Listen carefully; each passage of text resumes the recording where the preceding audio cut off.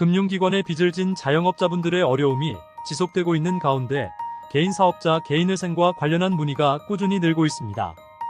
경기 침체에 매출이 줄고 빚만 늘어 더 이상 사업장을 운영하는 것이 의미 없는 상황에 놓였다면 어떤 식으로 개인회생을 진행하여야 유리한 결과를 받을 수 있을까요? 개인회생을 하려면 사업을 하든 직장을 다니든 반드시 소득이 있어야 하므로 사업장의 매출은 나오지만 적자인 경우 원칙적으로는 개인회생을 진행할 수 없습니다. 다만 예외적으로 개인회생 허가를 받기도 하는데 이때에는 과거 소득 기준이 아닌 미래 소득을 기준으로 개인회생을 신청하여 법원의 인정을 받도록 합니다. 예컨대 과거 1년 동안은 매출이 많이 줄어들면서 순이익이 거의 없었지만 지금부터, 즉 개인회생을 하는 시점부터는 매출이 늘어날 것이 확실하다는 점을 명백히 하여 미래 소득을 기준으로 개인회생을 진행할 수 있습니다. 그런데 과거 1년의 매출 및 매입 내역을 봤을 때 적자폭이 상당히 큰 경우라면 법원은 미래에도 순이익을 내기 쉽지 않겠다고 판단하여 개인회생 신청을 기각할 수 있습니다.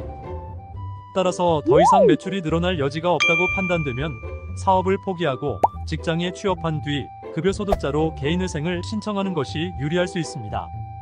직장에서 받는 급여는 사업소득에 비하여 비교적 일정하므로 정해진 급여를 기준으로 한다면 보다 수월하게 개인회생을 진행하여 사업하는 동안 진 빚을 탕감받을 수 있겠습니다. 특히 자영업자분들은 사업장을 폐업하는 과정에서 현실적인 어려움에 처하기도 하는데요. 자재부터 인테리어 비용 등을 고려하면 권리금을 받고 사업장을 넘기는 게 최선일 테지만 권리금을 받고자 하는 경우 단기간 내에 양도 계약이 이루어지지 않을 뿐더러 요즘 같은 침체기에는 더욱 어려움이 크기 때문에 결국 개인회생이 지연되면서 채무의 고통에 시달릴 수밖에 없게 됩니다. 이때에는 사업자는 일단 폐업하고 사업장은 권리금을 받는 조건으로 내놓은 상태에서 직장 생활을 하면서 급여소득자 자격으로 개인회생을 하는 것이 방법입니다. 사업장이 아직 폐업 상태가 아니라 하더라도 직장에 취업만 한다면 바로 개인회생 신청이 가능한데 주의할 점은 폐업하지 않았다 하더라도 사업장에서 매출이 나오고 있는 경우 그 매출과 급여소득을 합산하여 소득으로 보기 때문에 변제금이 많이 나올 수 있다는 점입니다. 가급적이면 그 사업장에서는 더 이상 영업이익을 취득하지 않도록 조치하는 것이 좋은 것이죠. 간혹 소득이 발생하지는 않지만 사업장은 어떻게든 살리고 싶은 분들이 있는데요. 본인 명의로 사업장을 그대로 유지하는 것보다는 친인척에게 사업자 명의를 넘기는 것도 하나의 방법일 수 있습니다.